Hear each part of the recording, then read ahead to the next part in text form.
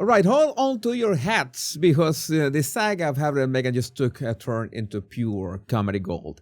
The Charity Commission has officially opened an investigation into Prince Harry's sentimental charity, and it's about time someone peeked under the hood of this mess. But this isn't just a casual glance either. It's a full-on regulatory compliance case sparked by all the chaos with Sophie Chandauka and the trustees bailing like rats from a sinking ship. Think of it like a school principal finally stepping in after the class clown's antics go too far. They are digging into governance issues, financial worries, and those wild bullying claims Sophie is being tossing around like confetti or dead flowers on hot dogs. Well, the commission is not playing games. They could escalate this to a statutory inquiry if the dirt piles up high enough, which could mean big trouble for Harry's pet project. On one hand, it might clear the air and prove Sophie's just blowing smoke, but on the other, it could expose some real skeletons and leave Harry's do-gooder image in tatters.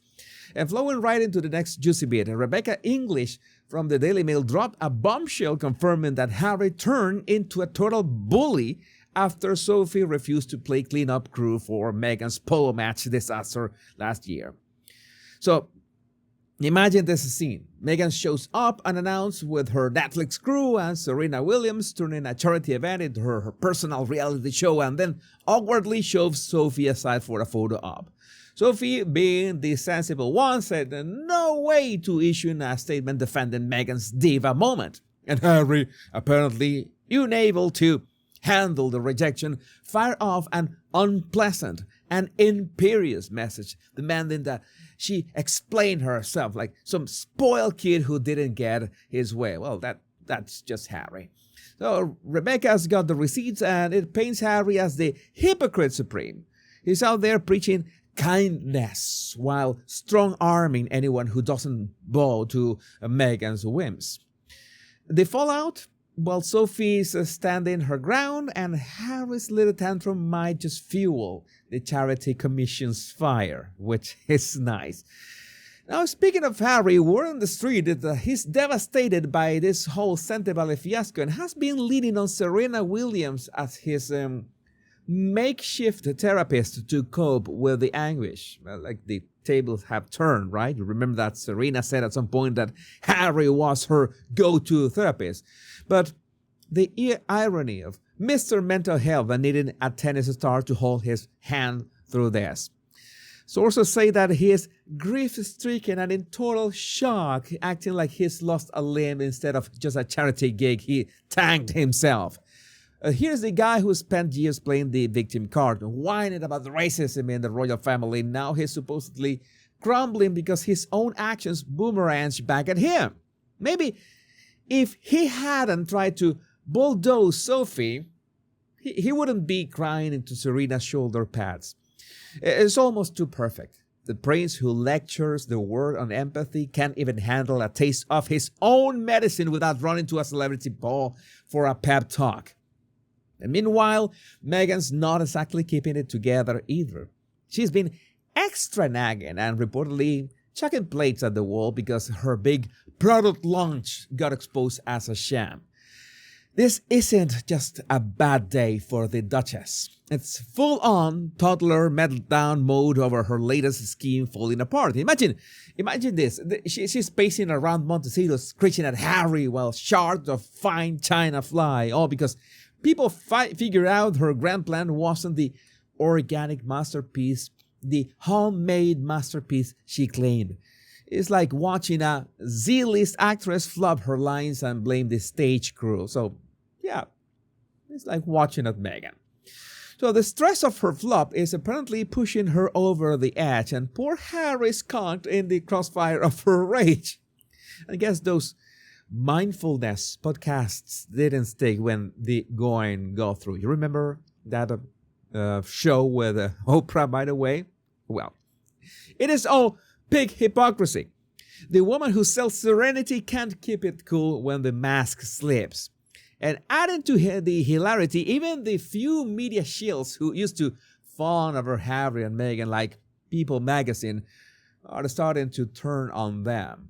The tide is shifting, and it's glorious to watch. These outlets once churn out puff pieces about their brave exit from royalty and their inspiring ventures, but now the cracks are showing and the love fest is fizzling fast. People magazine wants a cheerleader for their every move.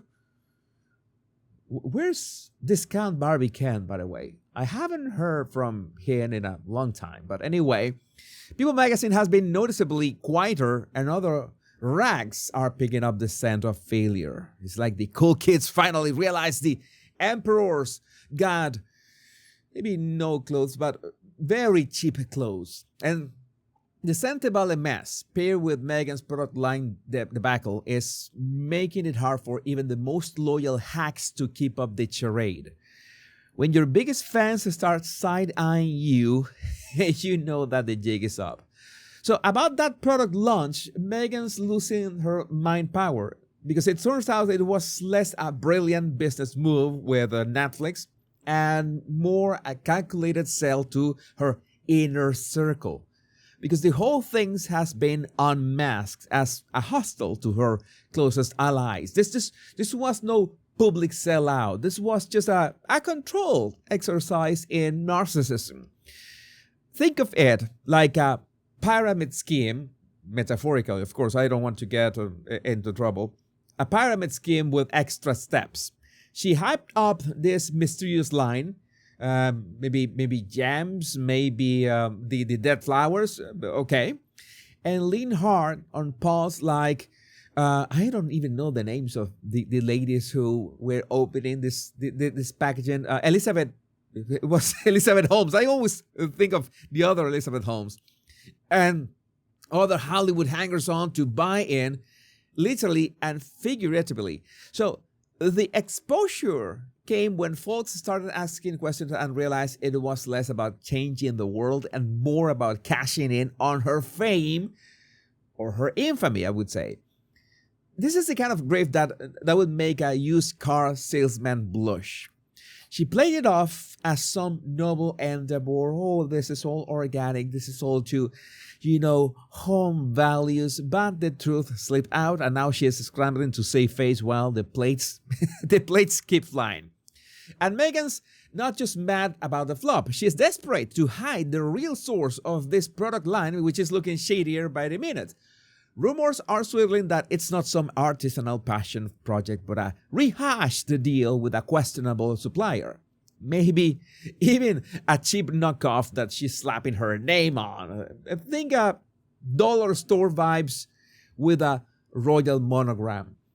She's dodging the details, but the harder she tries to bury it, you know how it is, the more it stinks. If it's legit, why all the secrecy? The hypocrisy is rich here. She's built her brand on authenticity, yet she's pulling a fast one and hoping no one notices. So good luck with that when the internet's already sniffing around. And finally, Netflix is reportedly fed up with Harry's Polo documentary, and there's talk that they might axe the contract of the Harkles at large soon.